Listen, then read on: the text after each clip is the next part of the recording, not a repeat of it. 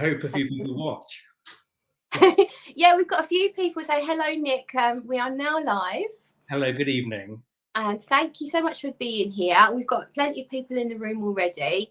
I'm just going to highlight some people on the screen. Can you see this? The comments? I don't know whether I'm meant to be looking that way at the comments. Should I just look at you and then you? Yeah, look at me and then glance at the comments as and when. I'll just highlight a few quickly for who's here already. We've got Rich, Michael, and Tracy have already said hi. Hello, everybody. So we've got Nick here from Gallivant.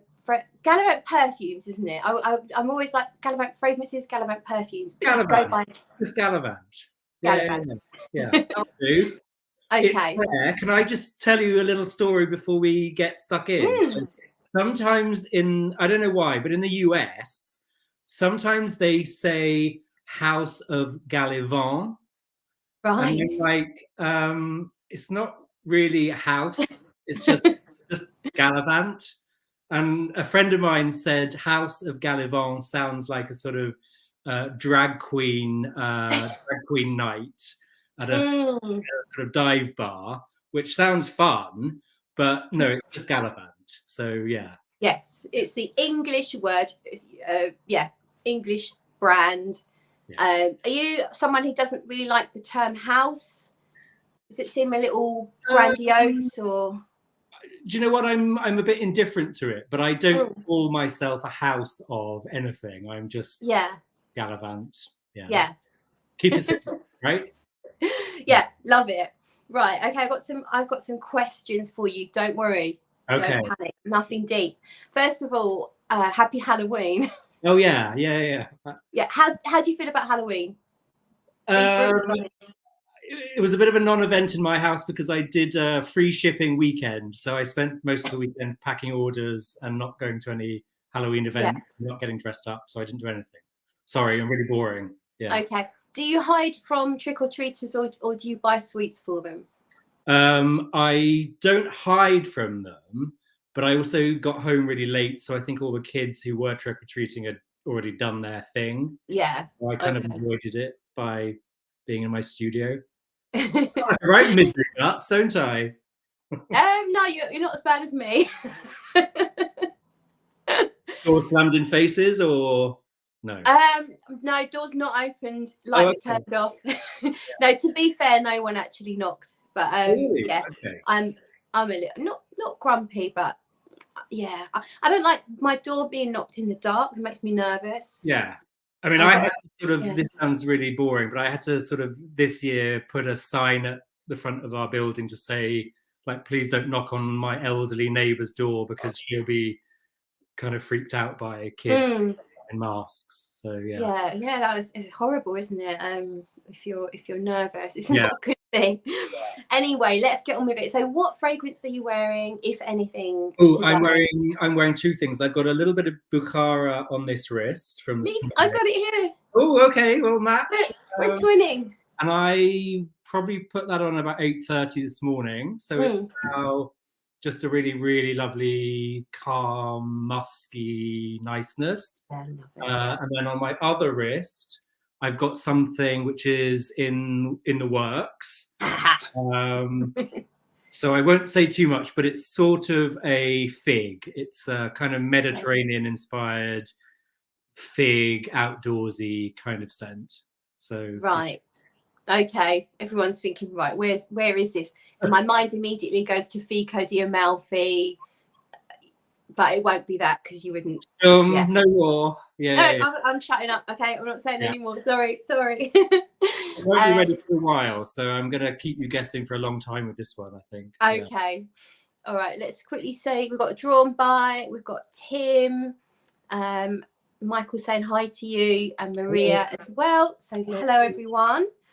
And I wanted to know, Nick, just about your earliest scent memories. So when do you sort of first remember noticing whether it's perfume or the fragrance of other things in life? I think my real first, if I try and really think about the first time I thought about a smell, I was probably about 3 or 4. And I was on a balcony with my mum outside our where we lived in our flat. And she, you know, like those terracotta pot plants, like really cheap, basic ones you get in the garden centre.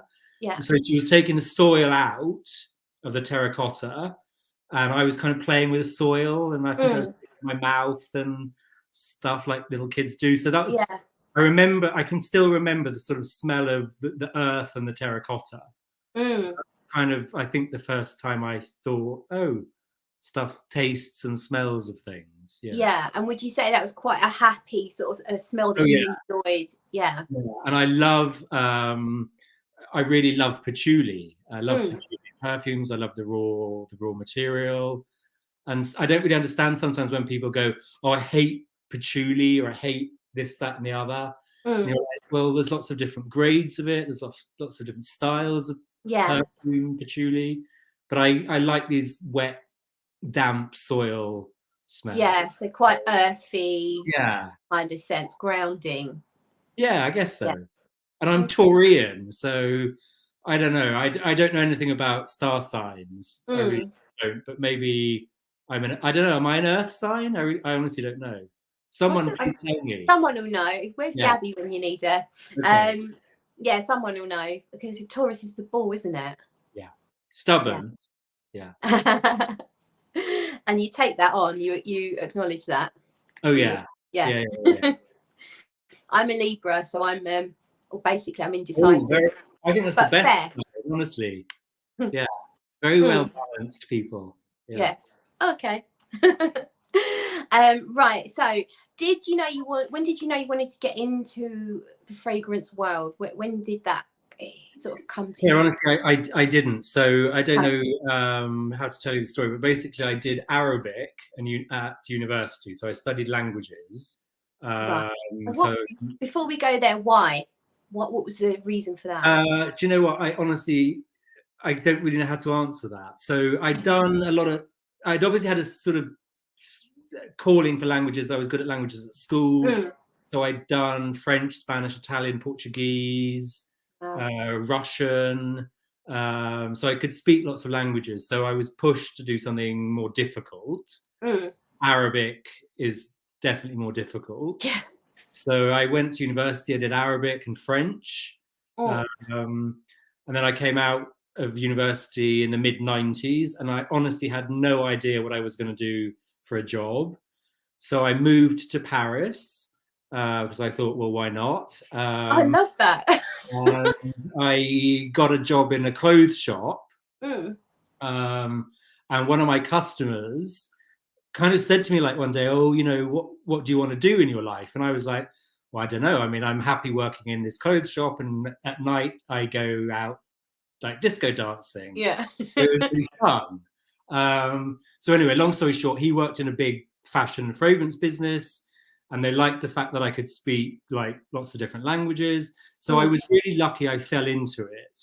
So I started work at this company called Puig, P-U-I-G. It's not called Puig, it's called Puig. It's Catalan. Yeah. And I was like a product manager. So I was working on like designer perfumes, like Antonio Puig, the brand, Carolina Herrera, Paco Rabanne. So it's really awful to say it now, because everyone that tries to get into perfumery has a really hard time. I just kind of ended up in this company that was like, oh, you make perfume. But I very quickly discovered that I really loved it. I loved the whole process of it. I loved the real perfumery side of it. I loved the people, especially. I found the people passionate about what they do, interesting, clever, you know, fun. And this was kind of, I know people can't believe this, but this was pre-internet. So we didn't even have email when I started work. So it was the days where it was really kind of old-fashioned and analog, and it was great. So yeah, I'm very lucky that I fell into something that I really, really love and enjoy. Yeah. 26 years later, and I'm still doing it. So yeah, it's amazing. So really, sort of learning those different languages kind of opened that door to you, and probably could open doors to anyone that could become multilingual, could find themselves in so many different places. And listen, Claire, I think, you know, languages, it's kind of like perfumery to me, because, you know, there's a vocabulary that you've got to learn. So it's like perfumery with materials. There are word structures and grammar and syntax. And, you know, it's the same in perfume making. There are structures, there are chords, there are things you have to do technically to make it work. So it's not like a million miles away from perfume making in my head. Yeah. It's like is another world, isn't it, really, perfumery? Yeah. Right. Okay. So that's really what you studied was languages, and you fell into this job at Puig. I've always said Puig. People always call it Puig. Think of like a pooch dog, a pooch. Yeah, pooch. Yeah, pooch. Right. Pooch. So I remember Poochie Poo, that white curly dog. But anyway, but you found yourself then before Gallivant, you was at L'Artisan. Yeah. And you was working with Bertrand Duchaufour. Yeah. And you were a creative director. Yeah, so it sounds really grand, but, you know, I just always tell people, like, you got to remember in small companies, because L'Artisan Parfumerie, even though it's an important name in kind of niche artistic perfumery, it was still a small business. And, you know, when the shop windows got changed, you know, me and my team helped change the windows, and we did kind of everything. So don't imagine it was too grand and too you know, important. It was really fun. That obviously gave you sort of the background and the grounding to be able to do what you do now. I'm curious, how does it actually work when you're working when you're working for L'Artisan, and they want a new fragrance? How much creativity, direction did you have, or did someone come and say, we need a fragrance that is like this, or were you able to say, I want a fragrance like this? Well, I was kind of in charge of all the product development and sort of driving all that. But it was, you know, first of all, I'm in a brand that I didn't create, so I was always very respectful of the founder, Jean Laporte, and I felt very much that I was this sounds a bit weird maybe, but I felt very much a debt of gratitude, and I'm here to serve the brand. It's not about me, and that's something that I think my team, I had a really, really, really great team. We all felt the same, that we were privileged to work in this amazing brand. And we would try and do our best every day to sort of live up to what it meant to people. The product process was kind of in some ways no different to how I'm doing Gallivant. Okay. Quite intuitive. It's quite fluid. It's a conversation. You know, Bertrand had his lab in our office. Yeah. It was above the shop. It was really special. So it was very fluid. And, you know, sometimes we had an idea as a team and we wanted him to do it. Other times he'd say, look, I'm working on this, and do you like it? Do you think it's We'd say potentially, but it doesn't feel like a L'Artisan Parfumeur perfume yet. Yeah. So we have to make it a L'Artisan product. So yeah, it was a brilliant sort of two-way, very intuitive, creative process. It wasn't like we kind of said, right, next March we have to launch a woody perfume. It wasn't that corporate, you know, kind of the fun of it all. But listen, the other challenge when I was there was we ended up with like 40 perfumes in our collection. So that's tough, because you're kind of working on new things, but there's so much there already. There are so many great perfumes there that you're almost a bit like, okay, where do we go that's sort of novel and interesting? So that, I think that's a difficult thing for all of us in perfume making. Is there always a reason to launch a new perfume? Yeah, I mean, it's a flooded market, especially now. Yeah, Like, how do you even come up with something even slightly unique? yeah. I think the secret is to ignore everything Mm. and just be in your own lane. Mm. I mean, that's something I really learned from working with Bertrand. You know, Bertrand Duchefort is really at the top of his game. People really love his work. They really admire him.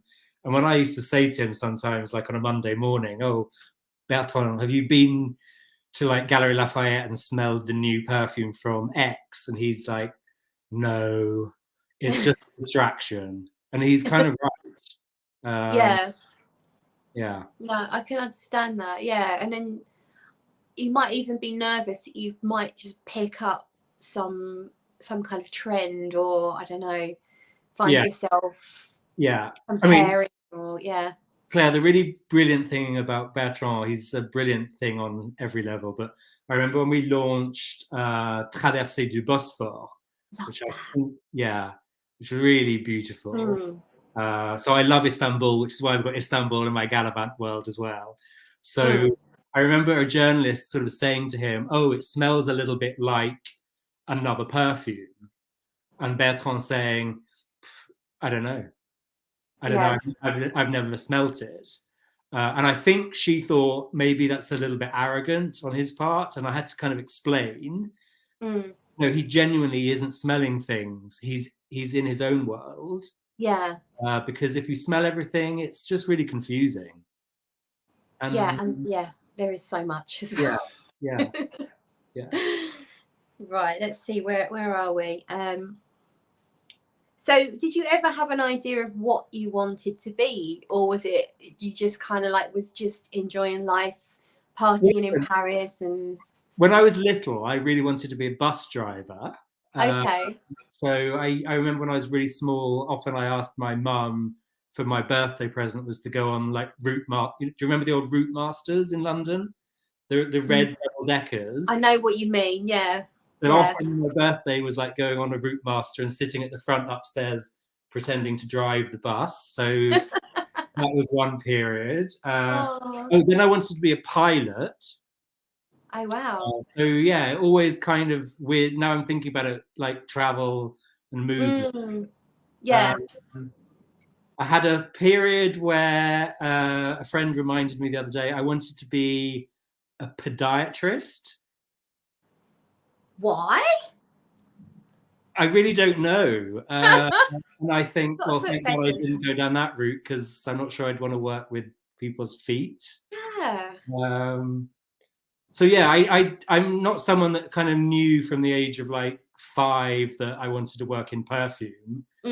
Not least because I didn't even know there were jobs in perfumery. I mean, no one in my family's ever worked in perfume. No one kind of ever mentioned it to me. So yeah, it was a bit of a surprise to me that there's an industry. Yeah. So what were you when you first started wearing fragrance? How old were you and what was it? So I think I kind of was about 15, 16, and it would have been quite classic French perfumes. So I had Eau Sauvage. Yeah. Because that's what my dad wears. So it was a bit like, okay, well, this is what men wear, you'll wear it. Yeah.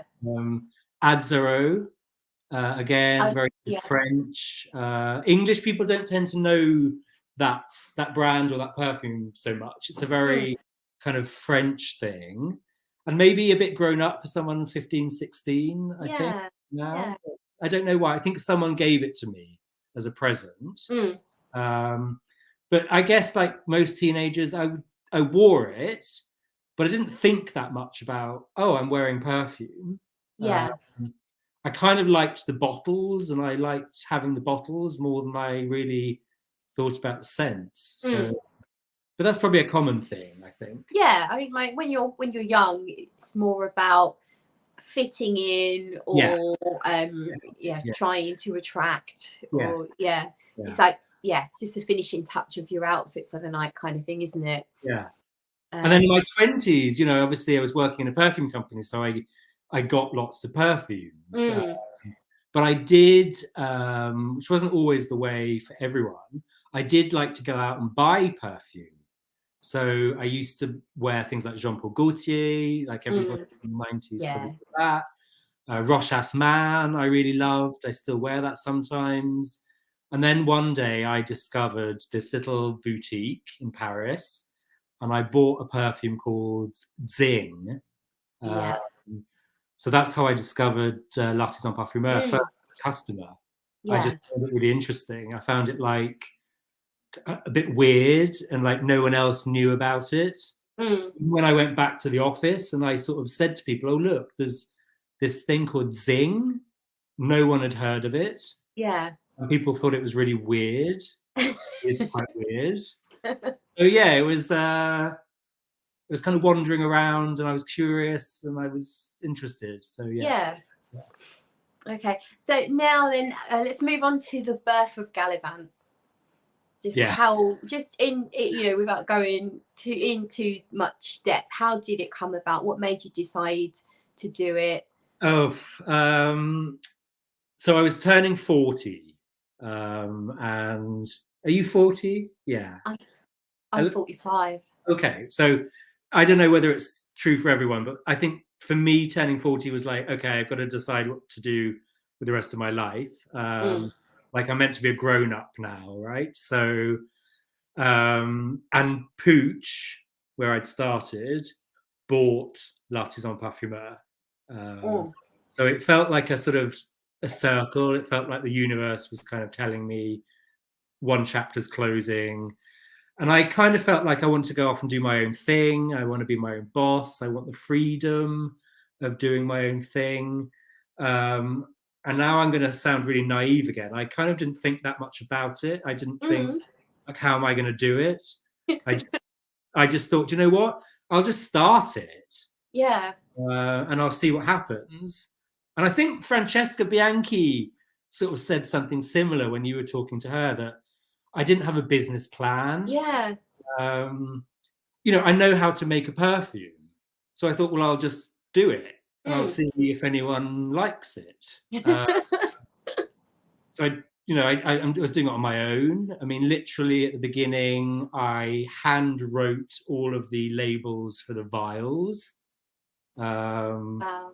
Every evening watching TV, I just used to sit there and I used to hand write the labels. So it was very organic. And when people say to me, oh, when it came out in the spring of 2017, it felt really like polished and finished. Yeah, it did. Yeah.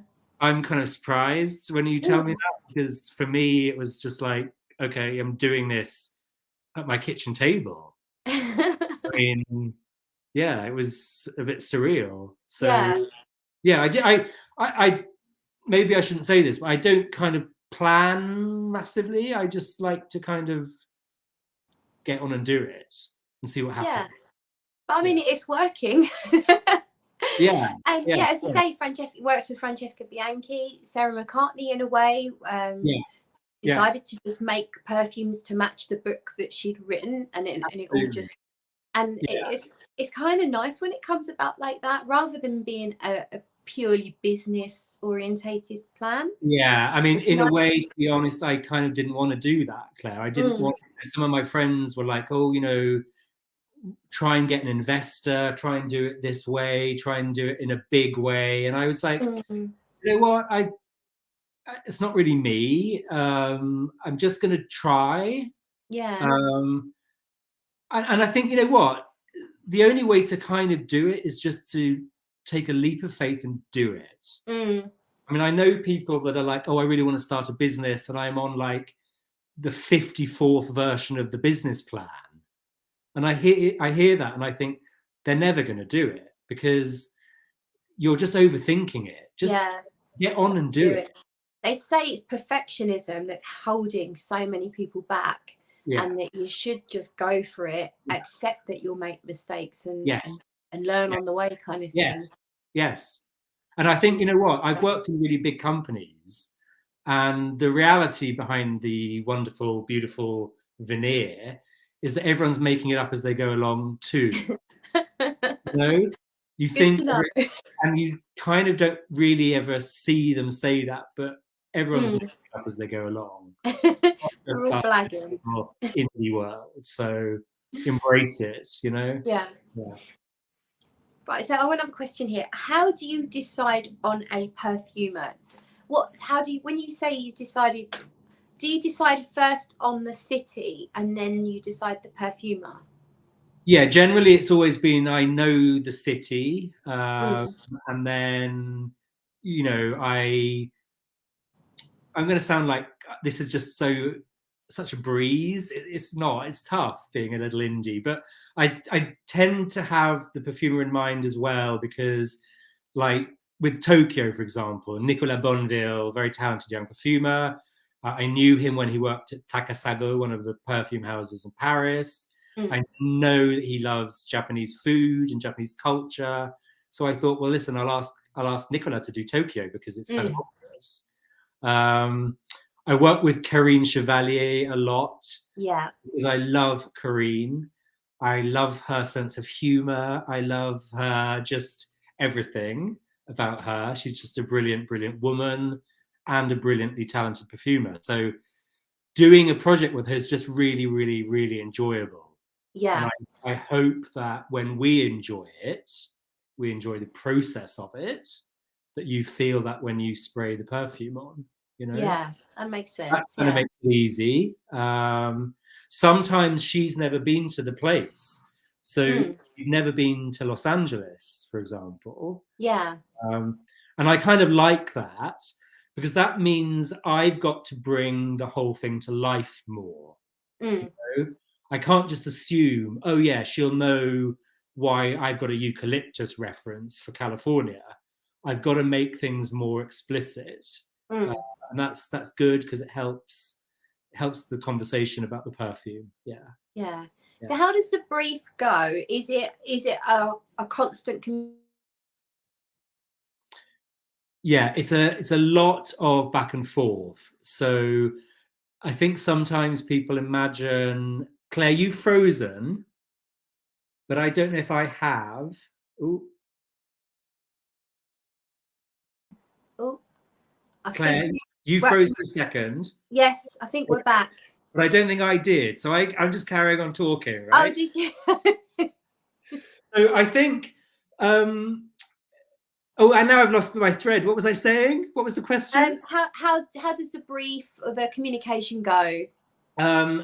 I want it to be quite fluid. I don't want to be too directive. I want them to feel like there's creativity on their part. Yeah.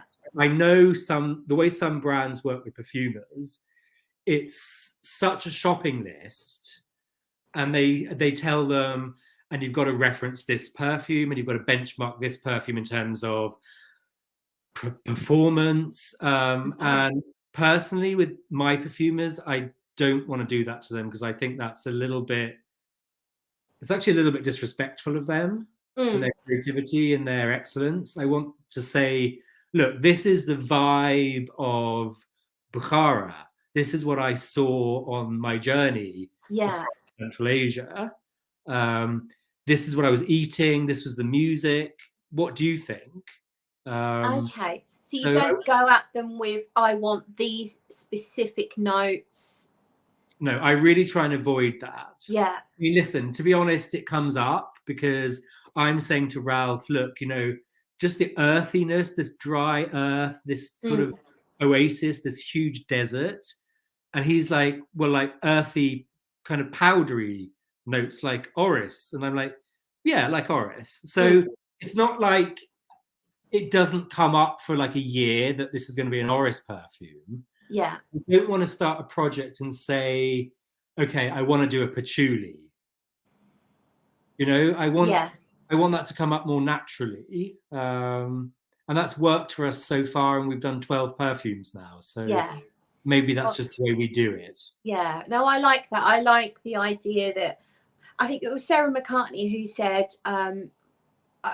someone doesn't like the taste of flour, and then if they can't tell the chef no flour in my cake, and that's how I think it should be. Like, the perfumer is a perfumer, Yes. It's their job. They are the chef.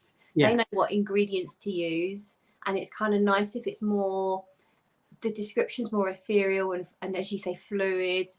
And I want to be surprised as well. You know, I don't want to start a project and say, look, I want top notes of this, I want a middle of this, and I want base notes of ambroxan. I mean, like, bit boring for everyone involved, right?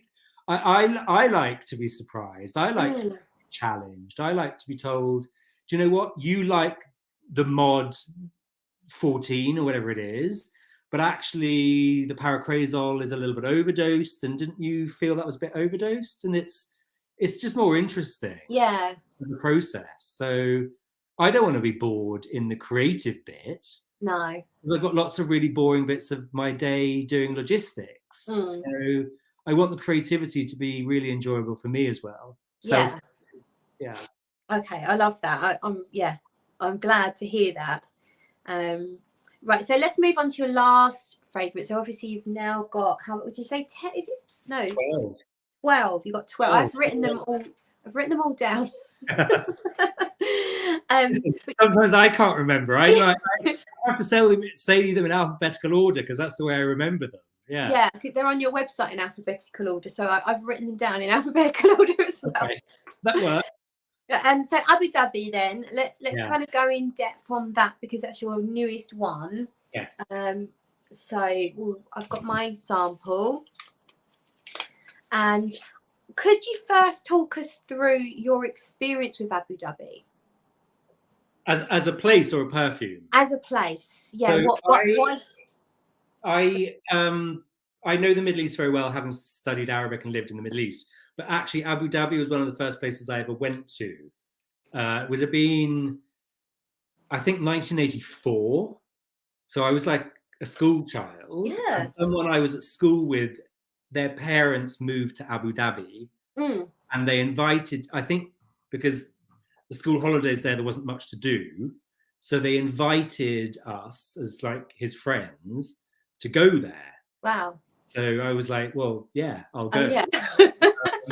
Like, who's going to turn down a free holiday, right? But what I don't think people can necessarily imagine now, because they know the Emirates is like this huge thing, is that in 1984, it was basically a small town. Right. It was a really small town on the edge of this desert.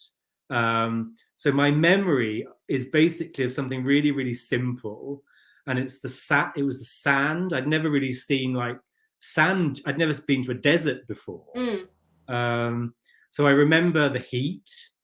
I can still remember that feeling of the airport, the doors opened. Yeah. The heat. That's kind of the first time I'd experienced that. So it was really memorable to me. Because I was like, God, I was like 10 or 11. And I didn't go with my family. I went on my own with this other family. Wow, that's quite an experience. A big deal. And we went into the desert on like a jeep and everything. So that was what I wanted to kind of evoke. There's quite a lot of nostalgia. Yeah. Now when I go to the Emirates, obviously it's like exploded, and it's like skyscrapers, and it's a mega, lights everywhere, and sometimes you don't even see the desert. Okay. So part of what I wanted to do with the perfume was revisit a little bit of that nostalgia of the 80s and the 90s. So that was kind of the first conversation actually about the perfume, that I want to do something around that trip. I don't really know what I want it to smell like, honestly, but I want it to smell of the heat and the desert, and I want it to feel like a trip back into the past. Okay, because it does have that classic, to me it has a bit of a classic men's perfume feel about it. And it made me think of Creed, and made me think of Green Irish Tweed a little bit. Oh, really? Okay. Yeah, I don't know, is there a dihydromercenol in there? A little bit. Yeah. I mean, for me, the reference is much more. I've got a bottle here. I bought a new bottle recently because I wear it a lot.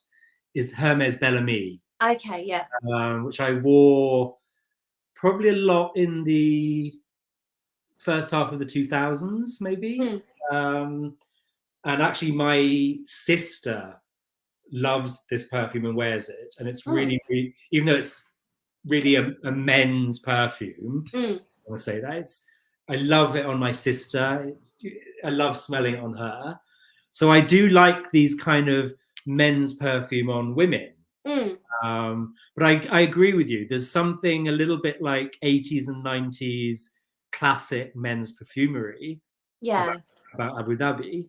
So, and you could get that leather, and I don't know if it's the saffron or the leather or they kind of almost combine. Lots of saffron, saffroline, the leathery aspect, but very smooth, right? I find it quite mellow, like you're on the back of a camel, kind of just bobbing along. Yes, it's very refined. I find very sort of understated, sophisticated, classic.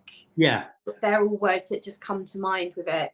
Well, they're all good words, so I'll take all of that. Yeah, I mean, for me, I do feel a little bit of, well, I don't know. Do all perfume lovers feel a lot of nostalgia? I feel a lot of nostalgia at the moment for the kind of perfumery of the 80s and 90s. I mean, I have a lovely customer who's really so knowledgeable about perfume. He came to the studio the other night and he brought some perfumes, including Knowing. Hello, if you're watching by chance. But it's so pleasurable smelling these old-fashioned perfumes that kind of maybe marked us all a bit more, because there wasn't like 16 launches every day. Yeah, it felt a bit more special. Yeah, I'm just testing one now. White linen. I just got this little one of them, came with a bundle on eBay, and it's this aldehydic. It's got every note in the world in it, but it's very heavy with orris and hyacinth and violet, and it's I bet it's wonderful, right? So I'm quite nostalgic, and I wanted to kind of revisit some of those perfumes, like Fahrenheit. Fahrenheit for me is a really significant perfume, something I really, really admire, just on every level. And Michel Almerac did that, who did Voleur de Rose of L'Artisan Parfumeur. That's a nice one. I like that, very, very beautiful patchouli perfume. I don't know if they've discontinued it, to be honest. I hope not. Voleur de Rose is beautiful. And with Jean-Louis Sirzac, who's another really big name in perfume. So I kind of, to go back to the question about how I choose the perfumer, so I was reconnecting during lockdown, actually, with a friend in Paris who changed from one big perfume company to another. And he was like, "You'd really like Luca." And I was like, "Luca? Which Luca?" There's more than one Luca in perfume. And he said, "Oh, Luca Sirzac." So I was like, "Oh, well, I've never met him. But I'd really like to meet him." So that's how that started. Again, I think sometimes people think too much about how we all work. Sometimes it's chance meetings with people, and I like that. So serendipity. I like that. I just think when things flow and they're not having to be forced.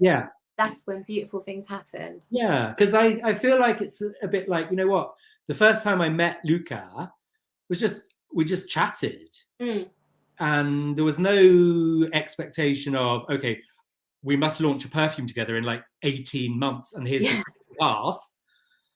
It was just like, what do you think about the state of perfume? What do you like in perfume? What materials do you like? It was just really nice. So yeah. Lovely. I've got a question from Dom there. Just Add Light says, what's a good way to convey heat in a perfume? Very good question. So actually, a lot of these leathery notes will give you an edge of heat. You sometimes think animalic notes are dark and deep and heavy. There's actually an edge to them that can give a lot of projection. So cistus, for example, which can give you a leathery facet, also has this projection to it. So marry that with some aromatic notes, and you've got this impression of a heat breeze that you smell. And you've got peppermint in there. Would you say that adds heat, or is that kind of like a contrast to the heat? So it adds a little bit of sharpness. It adds a little bit of crispness. One of the things I was saying to Luca that I really love about the Gulf is the white robes. In Arabic it's called thawb, and I love the simplicity of it. I love the fact that it's so pristine and beautiful. I wish that I could just dress like that instead of having to worry every day, what am I going to do? You can just do it. Oh, well, yeah. Cycling to work in your white robe. Yeah, rain splattered. I would look very pristine. So that actually came from that remark, that he kind of thought about this pristine white, and actually the peppermint note gives you some of that. Yeah, it's a really interesting perfume. It's really, it just smells classy to me. It's just that sort of, pure class, very gentlemanly, I think. It's not one of these big, like, beast mode, assaulting the nostrils. It's just gently classy. I mean, I find it's interesting you bring up beast mode, because you know I've got a few things to say on that. But yes, I find this perfume, Abu Dhabi, has got the most amazing projection and sillage. And I don't know if anyone's in London and they know what Dalston, where I work, where my studio is, it's very busy. High Street the other day, it was really warm. It was like crazy warm. I was like in shorts and a t-shirt, and I was walking down the high street, and a guy asked me, like, what perfume are you wearing? Which, it's interesting. Of course, I said, well, you can come to my studio and buy it. But I don't, when I'm designing a perfume and I'm working on a perfume, I'm not obsessed about performance. I think we're in real danger as a perfume world of losing something if everything is reduced to how long does it last? Does it get compliments? It's not what perfume is to me. No, those things are. Sorry, disappointing for some people, but.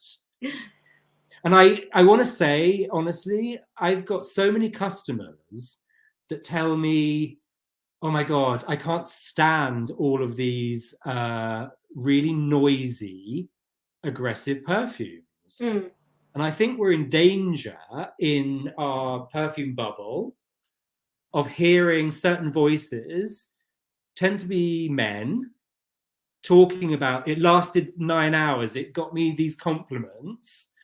I don't think we're listening to people who say, I don't want that from perfume. And if we're not careful, we're going to go with the loud, what's that thing? The squeaky wheel gets all the oil. Right, yeah. You know what I mean? People that talk loud get the attention, and we ignore the people that are going, I love your Brooklyn perfume so much because I love this fizzy, citrusy opening. But citrus notes don't last 12 hours. No. So, yeah. I think Fragcom as a general rule, there's definitely a lot of people that appreciate the quieter scents and aren't fixated on beast mode. But people that love beast mode fragrances probably are those people that kind of act beast mode. They are the louder voices. And there's probably 10 people in the room thinking, God, I wish they'd just turn the volume down, both of what they're saying and of the perfumes they're wearing. I think the danger is it will blunt everybody's noses, you smell vintage perfumes, smell those beautiful, I mean, smell Eau Sauvage. Wear Eau Sauvage. I don't expect Eau Sauvage to last 12 hours on my skin. I'd be a bit worried if it did. There'd be something quite toxic in there to do that. Yeah. Tim's asking a question, which I put on the screen there. Is one of those books behind you has influenced your perfumery? Well, listen, I'm a big reader, as people that sort of watch my stories or Instagram or whatever. I have a lot of books, so I'm always reading, armchair travel, because it gives me ideas of things that I want to do in the perfumes we're making. I've actually got Sarah McCartney's book. I can see it, yeah. I was reading at the weekend, because I said this to Sarah, it's just really great to dip in and out of. And I actually wanted to see if she'd mentioned Knowing, the Estee Lauder ad. So it's nice to sort of have the confirmation of what you think sometimes from those books. Yeah. I love Luca Turin. I love the humor. I love the fact that he's not afraid to be quite rude about big brands, and he's rude about small brands too, because that's what critics should do. Yeah. I like reading him. And there was a book that was part of the inspiration for Abu Dhabi, wasn't there? Yeah, I don't have it on this bookshelf. It's upstairs, but it's a book by a writer called Wilfrid Thesiger, Arabian Sands, and he was a great explorer and traveler, and he loved Arabic language, and he loved that whole Arabic world. So I kind of read him when I was in my teens, so that had an influence on me. Maybe that was one of the reasons I did Arabic. I don't know. Yeah, maybe. Yeah. And when you read, do you just read non-fiction? Do you ever read fiction? I read a bit of everything. Okay. Yeah. I love travel books. No surprises there. Sort of, I do like the idea of escapism. I don't know. I was always one of those people. I like daydreaming, and I'm one of those people. So I like books that give me escapism. Yeah. Okay. What are you reading right now? I'm actually reading a book. I probably shouldn't show you, but I'm reading a book about economics. Right. Serious. Yeah. Yeah. I wasn't expecting that. Yeah, it's quite it's quite serious. Yeah, I won't say more. Yeah. If you wanted to recommend a book that maybe in some way you would say is not necessarily life-changing, but something that you will always remember as a really good book, what would you say? Oh God. Or you can pick a couple. Can I just say, like, go to the bookstore and look at the travel section. So I don't mean travel guides. I mean like travel writing. I think it just takes you to a different world. It gives you an insight into different cultures, and that's what I really enjoy. Yeah. Yeah. So there's no one. I had to limit myself to one section of the bookstore. Yeah. That's where you'd find me. Yeah. Did you ever read that book by the comedian that took a fridge around Ireland? I don't know. Can you remember the name? No, he's a famous-ish comedian, and he is kind of like a drunken bet with his friends, and they said, "Oh, I bet you can't take that fridge." And he did it. Hitchhiking round Ireland, and he did it, and he wrote a book about it. It was quite funny. People, I'm gonna look for that. There can't be that much about fridges in Ireland. So yeah. He became semi sort of famous. He was sort of, people kept inviting him in, and it's a really nice story of how everyone wanted to help him. It's in the travel section. Okay, but I like to say that because I sort of feel like one of the really, I'm so lucky I've traveled a lot in my life. But one of the things sometimes when people say to me, "Aren't you afraid going to these places?" And I kind of think back to like. I was living in Syria because I was studying Arabic, and I went to Lebanon. So the civil war had just ended, the place was still like, bombed to bits. It was Wow. shocking. Mm. I hitchhiked around Lebanon on my own. And everyone was just like, oh my God, like people are still being kidnapped. Mm. I can't believe you stood at the side of a road and hitchhiked. Yeah. So I don't know, maybe I'm just a bit naive, but I think, you know what, the world is full of good people who will help you, Mm. but you've got to be open to it. Yeah. So I think that's a little bit like the idea of Gallivant, just be curious about the world. And yeah. I don't think it's threatening and dangerous, because that's like bad luck, really bad. Well, it's that mindset thing, isn't it? So what you focus on is what you kind of get. So if you keep thinking everything's bad and dangerous, then that's the things that kind of come at you, isn't it? So positive thinking. Yeah. So all the traveling that you've done, is it just been sort of for pleasure? Is it been part work or? Listen, I've always traveled a lot with the jobs I've had, and I don't. Well, I always try to say to myself, don't take it for granted, because like some people that travel constantly for work, they start going, oh God, I really hate traveling for work. It's like so boring.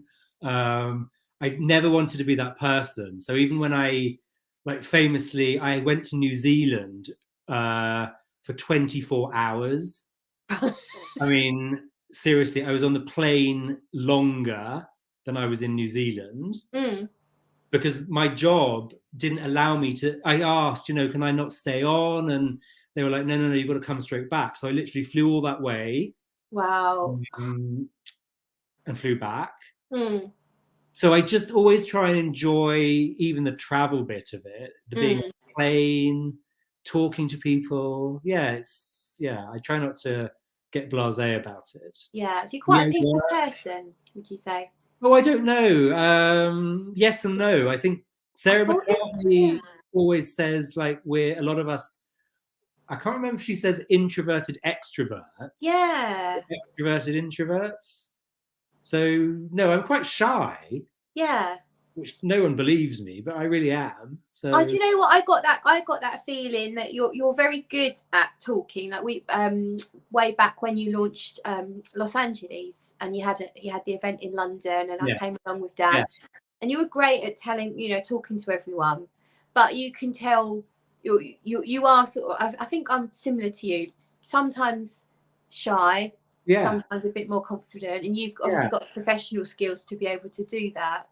But you're not necessarily like, I need to be the center of attention kind of thing. I don't get that from you at all. Oh, I don't. No. I don't want to be like famous or anything. I mean, a lot of my friends when I started said to me, "Why don't you call the brand your name?" And I was like, "Oh no, I don't really want to be. I don't want to be that person."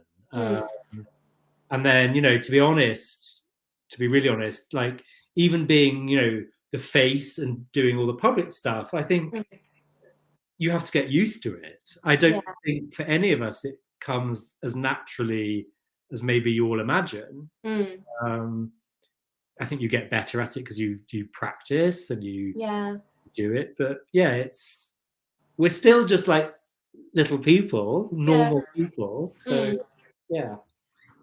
Right, that book, Tim has kindly given us the name of the author or the comedian's Tony Hawk. Ah, okay, yeah. I know Tony Hawks as a comedian. Yeah. Okay. Right, so let me get back to my questions. Can I just say one thing actually about the whole social bit of perfume world? Yes. So I remember when I just started, so this is on my own in 2017, going to Milan to Essence, the big perfume show that we all kind of go to. And I came back and I said to I think it was my mom or my dad, I can't remember, oh my God, it was just like hell on earth. I felt like completely Norman no mates. I just was wandering around on my own and I felt really lost. And like, what am I doing here? What have I done? And then someone in the industry said to me, like, you were so impressive that first year at Essence. Yeah. Well, I think sometimes what you see and what we feel is not always the same either. Yeah. I think those big events like Essence, they are quite overwhelming for most people. I was chatting to Clemence the other day. Yeah. And she found it hard. It's so much. It's so lively in it. And there is all that schmoozing and it's a bit draining, isn't it? And it can be a little bit, there's a lot of pretentiousness. Yeah. You can feel a bit like, oh my God, everyone's in a big gang and I haven't got any friends, no one likes me. But right, where were we? So you're not able to tell us what you're working on at the moment, obviously. No, I'm very superstitious. Yeah. So one of the reasons I don't like to unveil the name even is because I'm always worried that something's going to go wrong.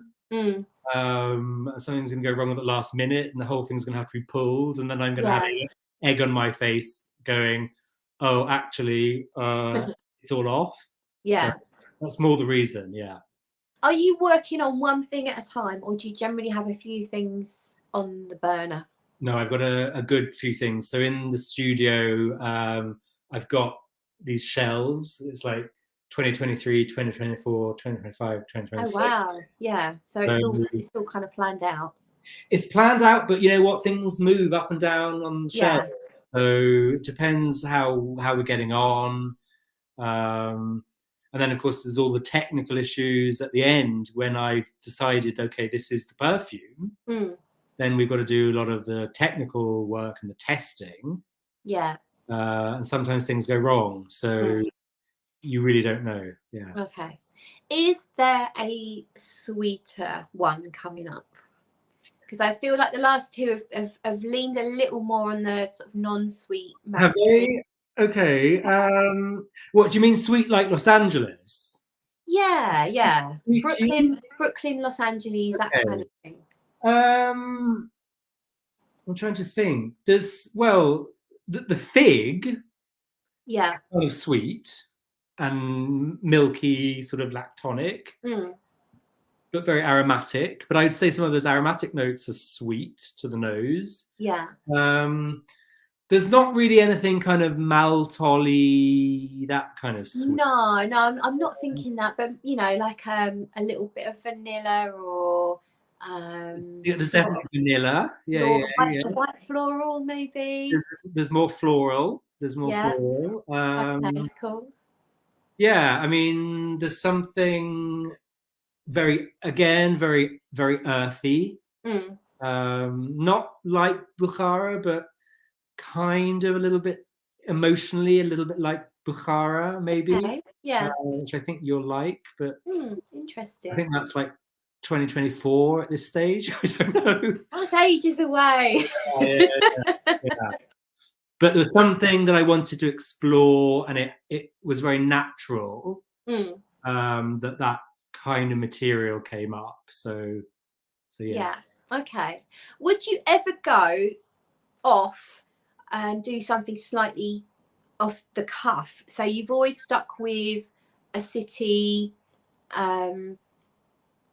Would you?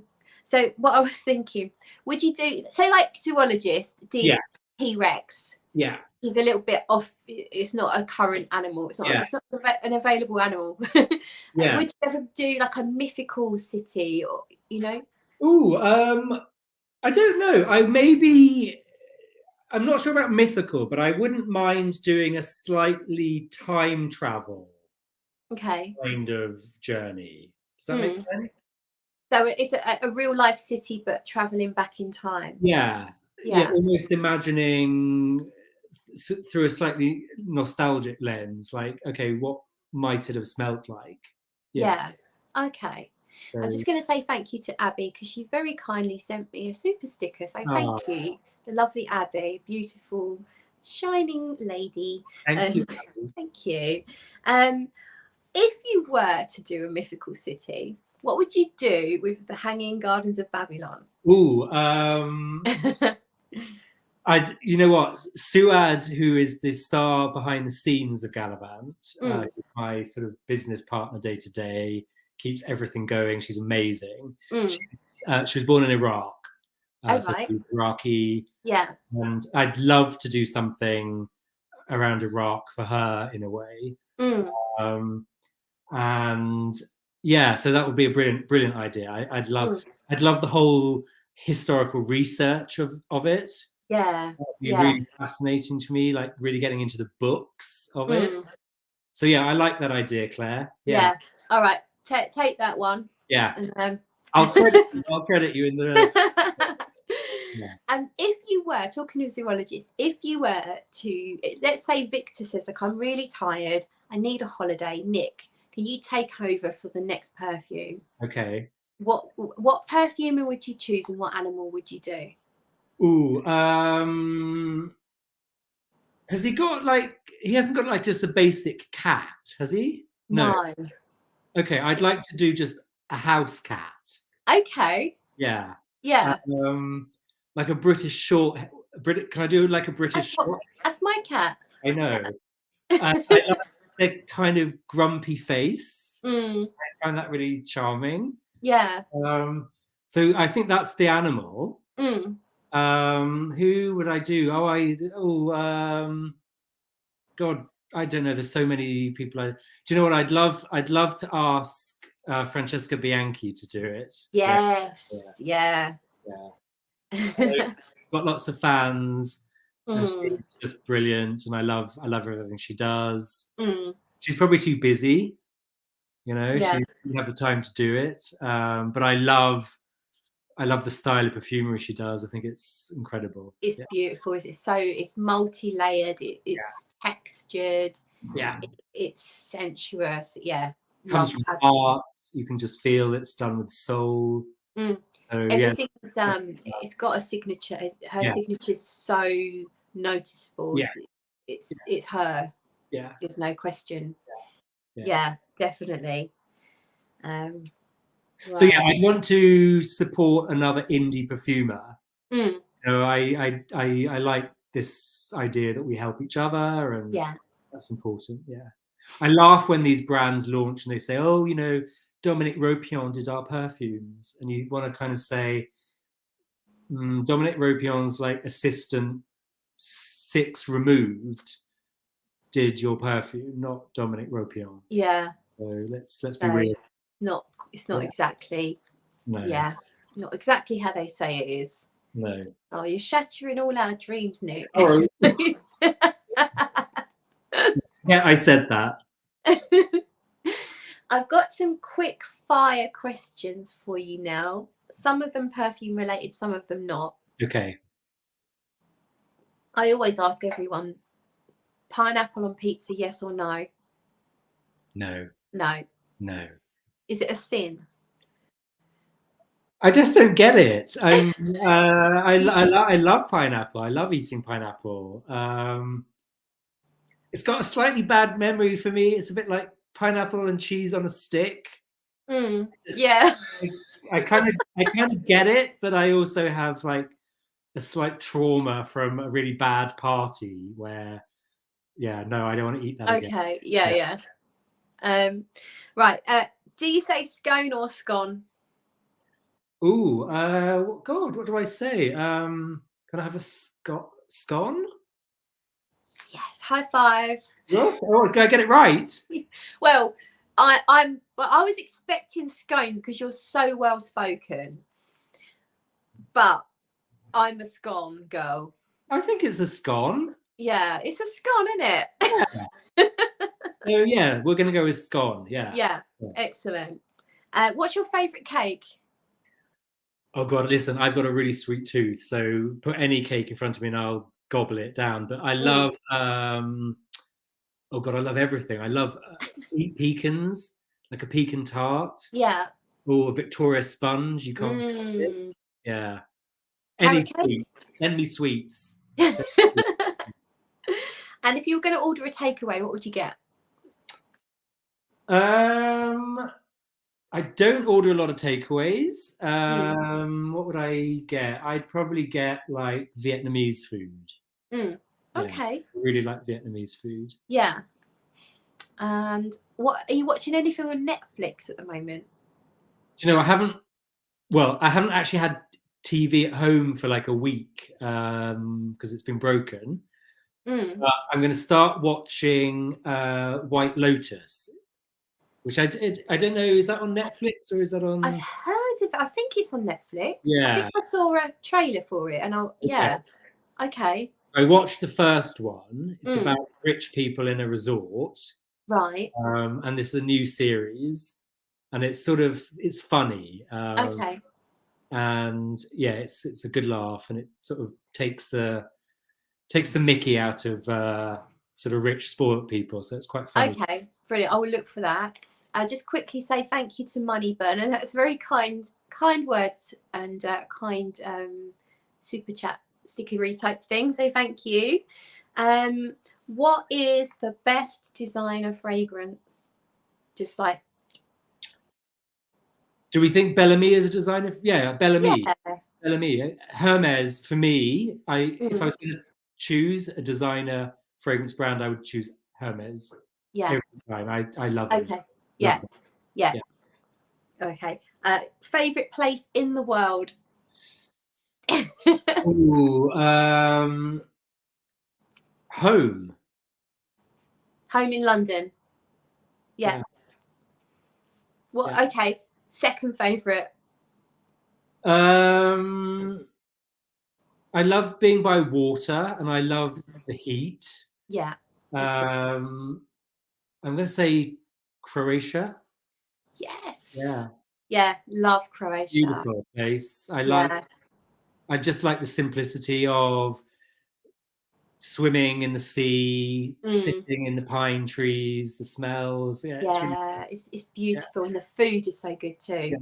Just fresh fish, simple life. I like. Yeah, I love Croatia, and the people are nice. Yeah, gentle. Yeah. Okay. We've done books. I don't need glitz and glam. You know, No. I like the simple life. I really do. Yeah, I'm the same. I don't need anything too trendy, too flashy. I feel out of place. Yeah, simplistic nature. Yeah, definitely. Yeah. Okay, what happens when we die? Oh, I don't want to think about it. Hopefully we go to somewhere that smells really good. Yeah. Okay. Do you? Well, I think what I was wondering is whether you think we come back in anyway. I don't know. I mean, I'm not like religious or anything. I mean, it's funny because when I was in my 20s, I went to an ashram in India at one point, and this really kind of crazy, funny woman who's from America told me, like, "Oh my God, I can see my father reincarnated in you." So you know what? I really respect people that have belief, but I personally I don't know. Yeah. I hope so. Hopefully. Yeah. Okay. What do you do to relax? I don't really relax very much. I don't relax enough. I mean, I work a lot because I love what I do, and I'm really lucky like that. I cycle and I walk. Yeah. I know that sounds really predictable and like, God, I'm so on brand. I really do. I love walking. I mean, I even like going for walks at night. I know that sounds crazy, but sometimes just go for a walk on your own at night. It's really good for you. Yeah. Yeah. And big decisions, I kind of like to go for a walk. And it helps me make a decision. Yeah, I know what you mean. I know I've dumped several blokes following a long walk or a bike ride. It clears the head, doesn't it? It really does. Now, to the person saying, "Do I foresee that Coronation Street will ever ending?" No. Hopefully not. Do you watch it? I love Corrie. I especially like the pantomime stuff. Yeah. I like it when they do the humour. Yeah, I used to watch pretty much all the soaps, Corrie and Emmerdale in particular, but I only have Netflix now. Okay. I found it a bit of a distraction. Okay. But because you put the telly on and then you flick but the problem is I just stare at my phone instead. So yeah, you know, listen, there's worse things to be addicted to than watching a bit of TV and perfume in your life. So yeah. Exactly. I like comedy, Corrie. I haven't watched EastEnders in years, but I kind of felt like it was all a bit serious and sad. Bit doom and gloom, wasn't it? Yeah. Okay. Pet peeve in the fragrance industry. I don't know. Well, probably a few, to be honest. I'm quite a grumpy old man, but beast mode. Like that to me is not a good perfume. So when someone asks me, "Oh, how long does such and such perfume last?" I don't know. Yeah. I mean, how good is your nose? Can you smell? Should be setting a timer. That's part of the testing process. Oh, sure. Yeah. On, set the timer. Yeah. Yeah. I mean, I don't know. I mean, can you smell? I don't know. That's it. Yeah. So it's different. Is it completely subjective? Yeah. Right. Let's have a look. But I've got a few pet peeves. But have you got any more? Do you want to share? I think everything's going a bit too quick at the moment. It feels like we're almost going to end up a bit like the fashion business, where the fashion business has kind of eaten itself and has got very little left to say because it's just on steroids. It's like frenetic. And I hope perfume doesn't end up like that. Yeah. You know, it's better when we're a bit slower, a bit more thoughtful. Yeah. So what do you think is driving that? I think a lot of brands are on a kind of business plan, and the way they grow and make the numbers is just by constantly launching new perfumes. And I don't feel it's that sustainable. Yeah. Where's it going to end? I mean, like, how many perfumes do we need? Oh, it's crazy. I mean, okay, look, I'm guilty as well. I'm launching new stuff, and I'm, I've got 12 perfumes, but I don't want to get to like 120. That's what I was going to ask you. Will there come a point that you'll discontinue anything out of choice? I think Steward will probably say to me, "We have to," and she's right. I would feel quite sad personally because I guess it's like having a pet. You don't want to get rid of them. Yeah. It's like saying goodbye to a friend. I personally feel quite sad about it, but I don't want to get to like my l'artisan days where I had 42 perfumes. It's just too confusing, and it's too much to maintain. It's too. And they say too much choice for a consumer is not necessarily a good thing. Yeah, it's true. I think you presented in a shop with 40 odd perfumes and you're like, oh my God, I can't smell all of that. Like sometimes I've got customers and they do say, tell me which one I should wear. And I'm like, I don't know what, based on what?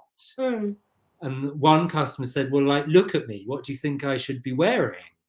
I found that really difficult. Yes, so, that's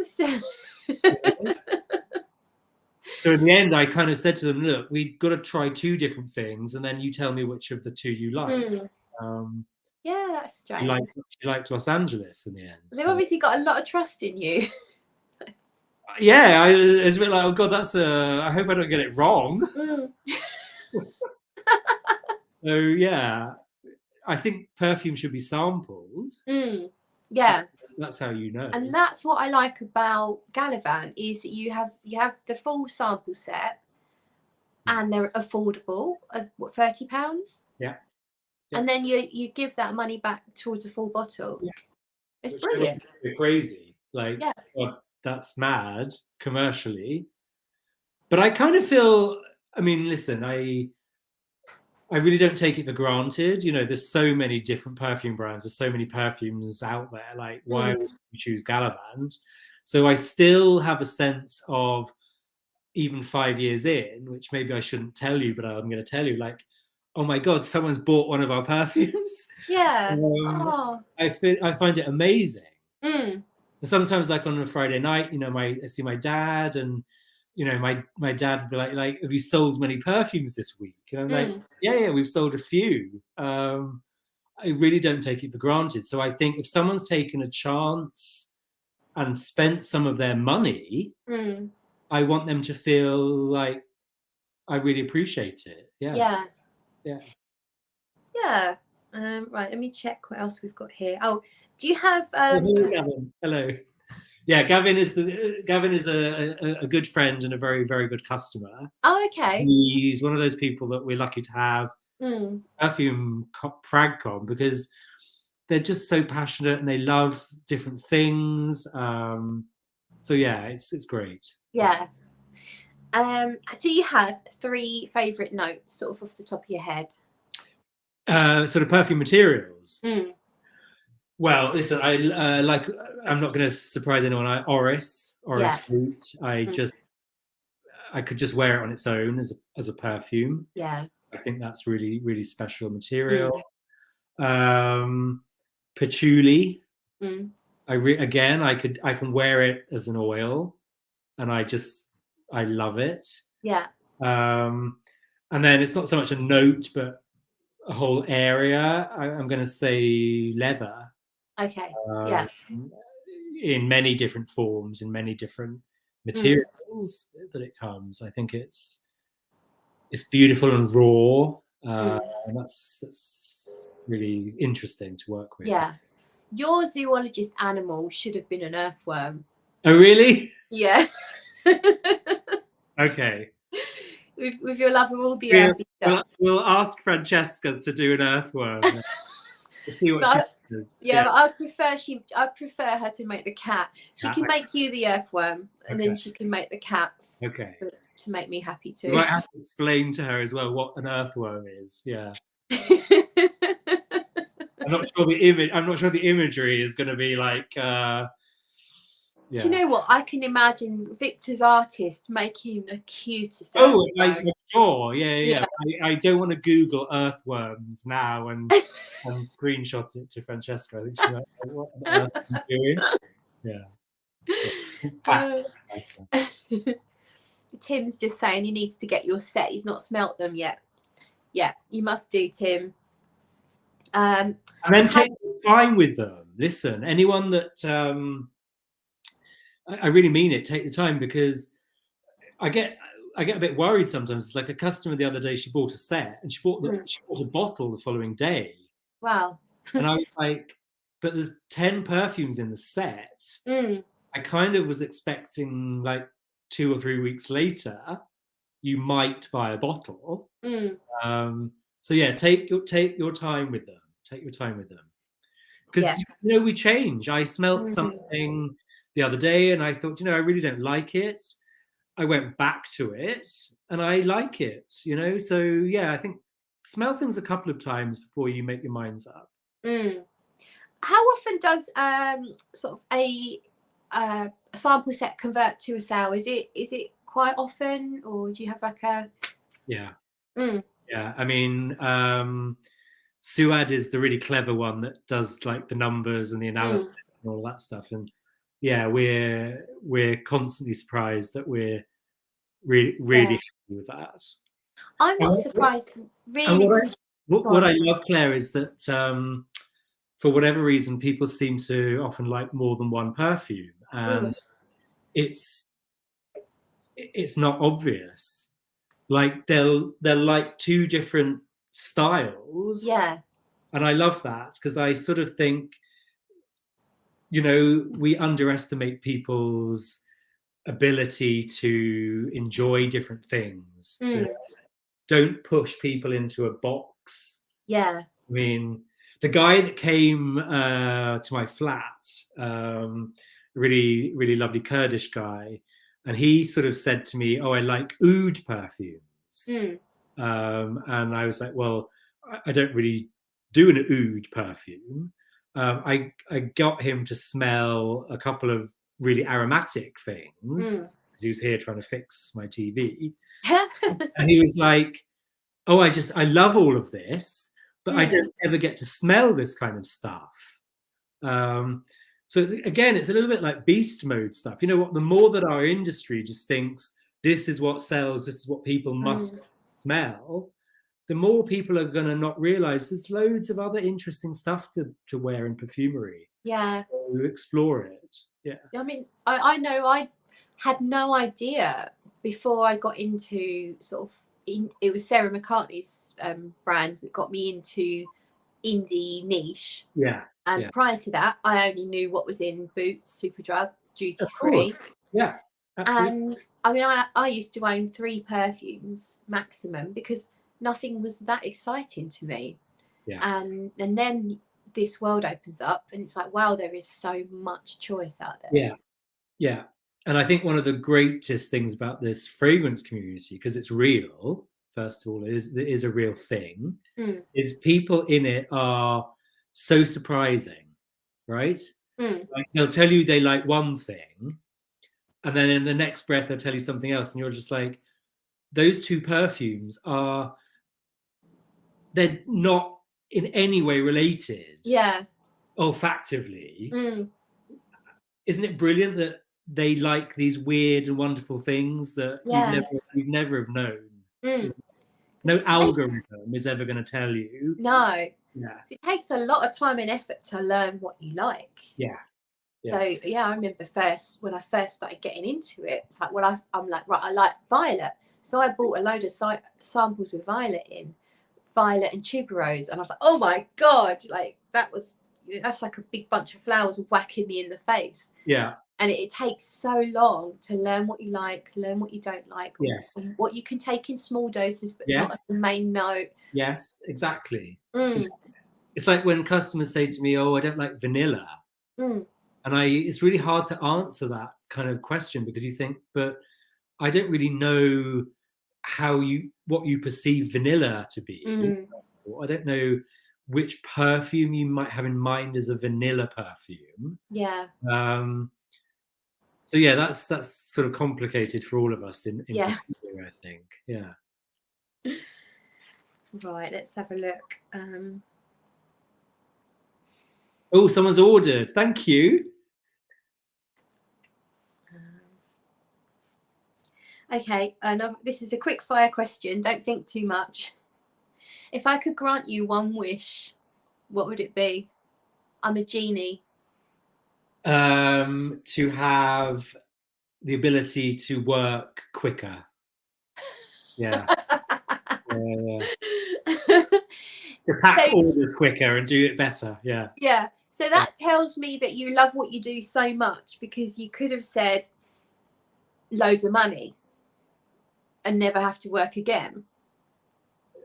No, I'm not naive. I mean, of course I have to earn a living to carry on doing this.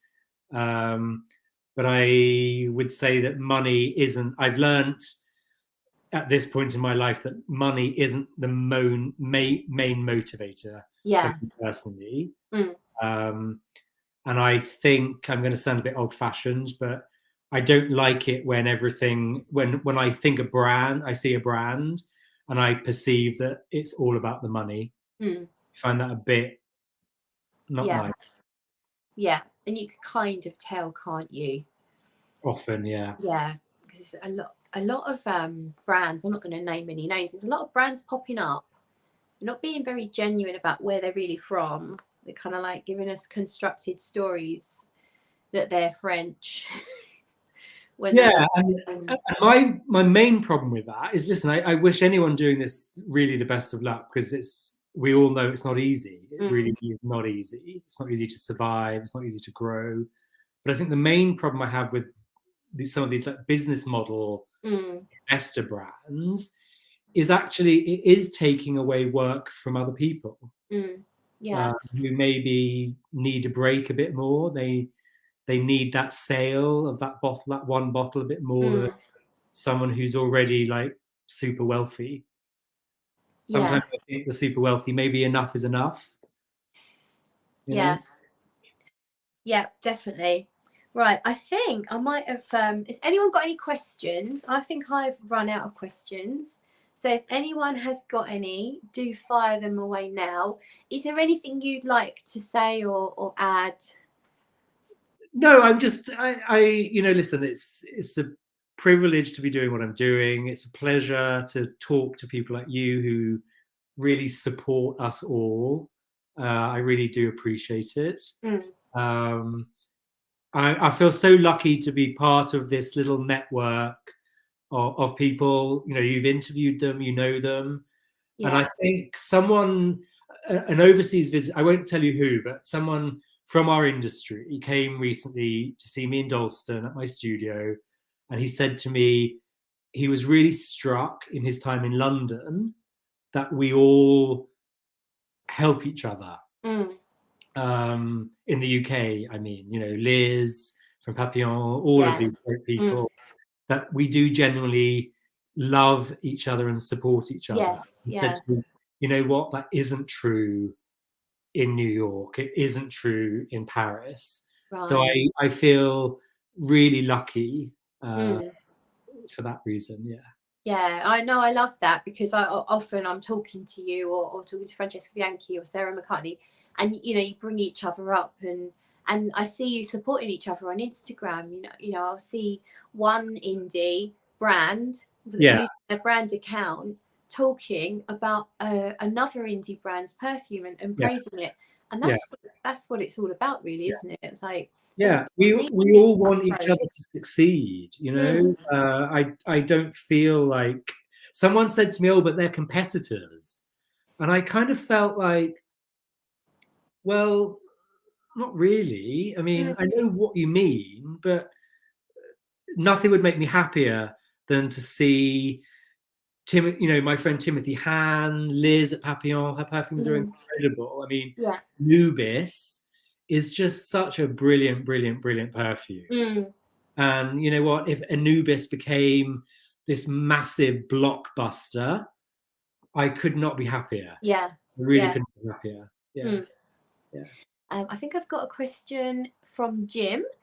Will there ever be a fragrance named after a South American city? Good question. Listen, I love several places in South America.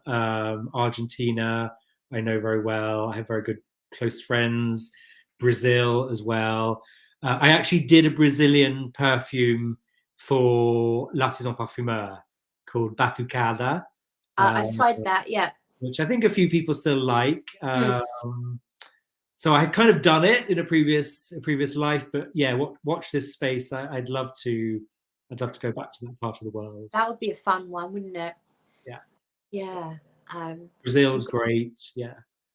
Question from Michael. Out of all your children / fragrances, what is your favourite? Oh, well, listen, I'm really bad. I always sort of refuse to answer that question. But listen, some clever person the other day in my little studio said to me, okay, it's Los Angeles. And I was like, well, why do you say that? And he said, well, because I'm looking at your bottles, I can see that's the one that's the most used. Yeah. Next to my desk where I keep, you know, what I'm like wearing. So maybe it's Los Angeles. But I don't want to choose because they're all kind of beautiful in their own way, and it's like my own kids. I kind of loved more. Can't say I have a favorite. Yeah, my favorite is Bukhara. Yeah, and I do enjoy Los Angeles, and I think the other one that I love is Brooklyn. Okay. Probably because it's vanilla and iris. Yeah. And yeah. And I just find actually Los Angeles and Brooklyn, what they've got in common is a sort of feel good. It puts a smile on my face. Yeah. So I love wearing them both. I like wearing Bukhara. I don't know if this is oversharing, but I'm going to say I love wearing Bukhara to bed. Yeah. I often wear it to bed because I just Mm. find it a very nice thing to go to sleep in. Yeah. Could you tell me a bit more about Bukhara? Because actually the place. Yeah. Because Yeah. when I looked it up, when you launched the perfume, and I looked it up, and I was like, I really want to go there. It looks amazing.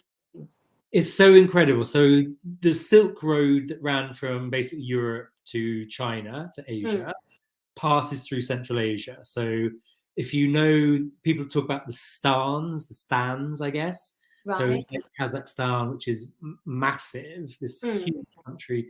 Uzbekistan is where Bukhara is. Okay. So it's an oasis city. And it's very kind of like Persian, Iranian culturally. So you've got all the turquoise mosques.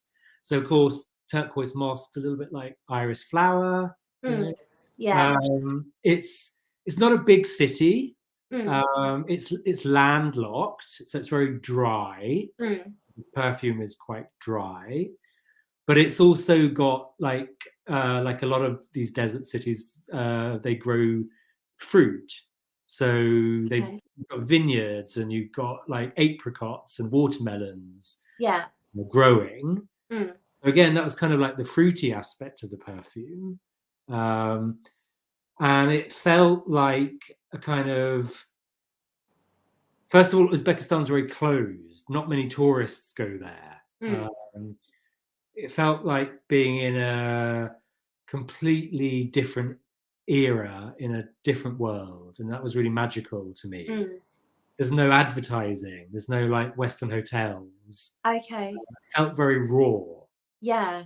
And that's why when I was telling Ralph about the trip, he was like, just really going back to raw materials. That was kind of the beginning of the perfume, I guess. Yeah.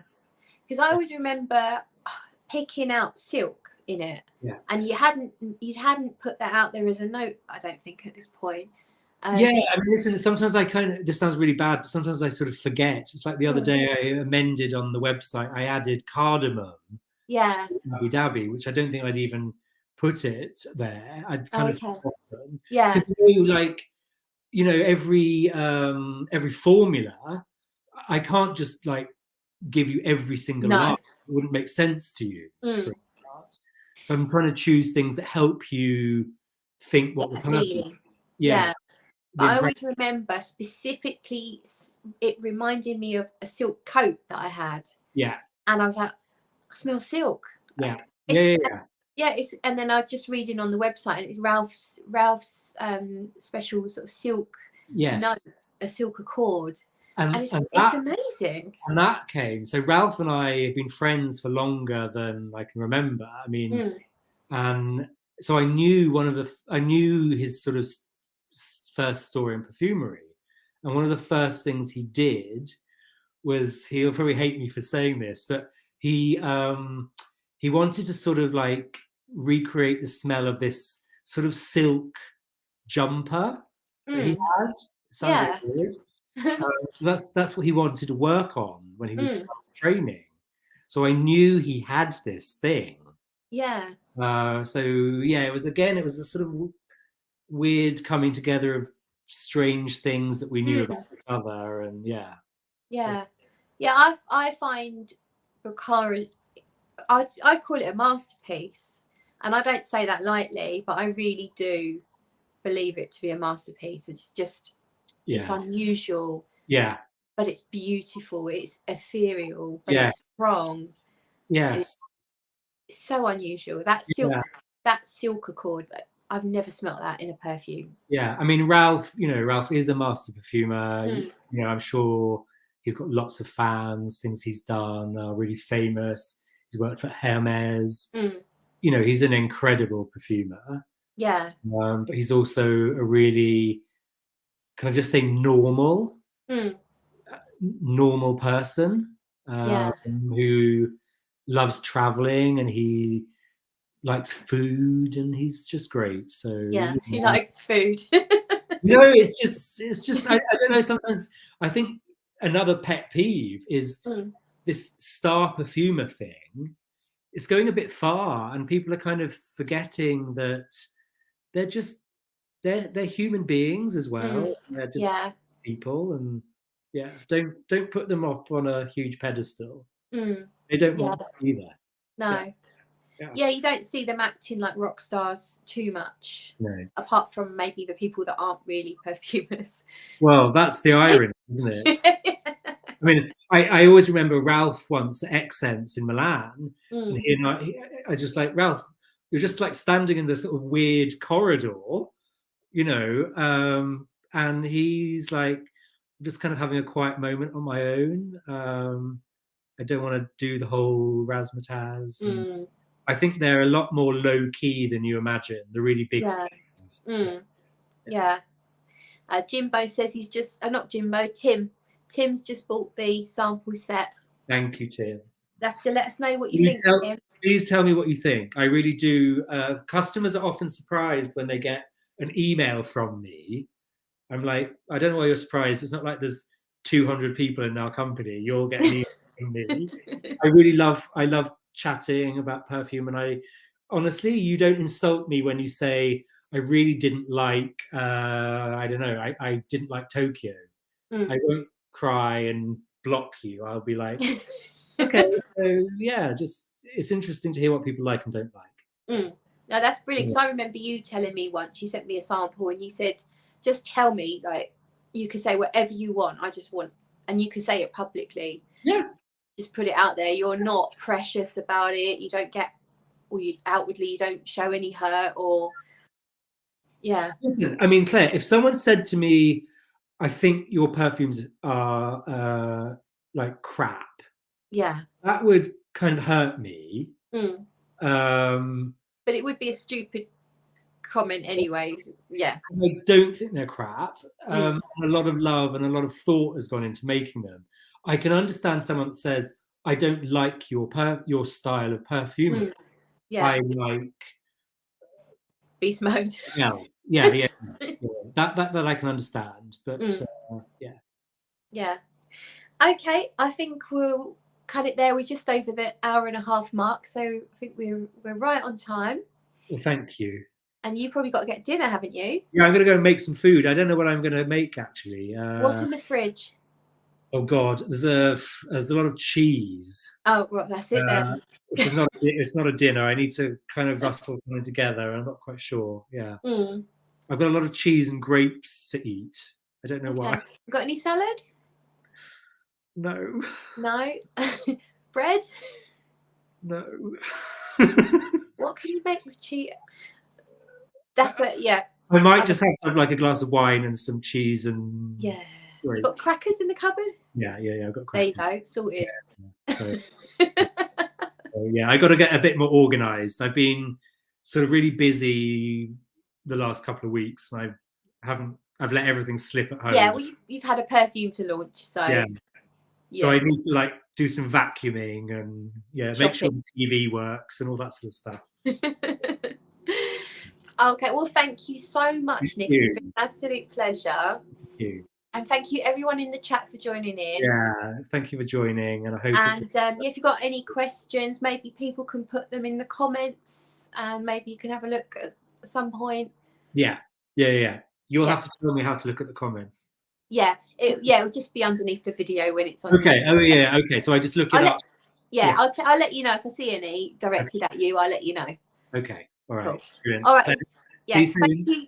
All right. Thank you so much, Nick. Enjoy your dinner of grapes and cheese. Get cheese. Okay. Yeah. All right. All right. Well, good luck with everything, and I'll hopefully speak to you soon. See you soon. Take care.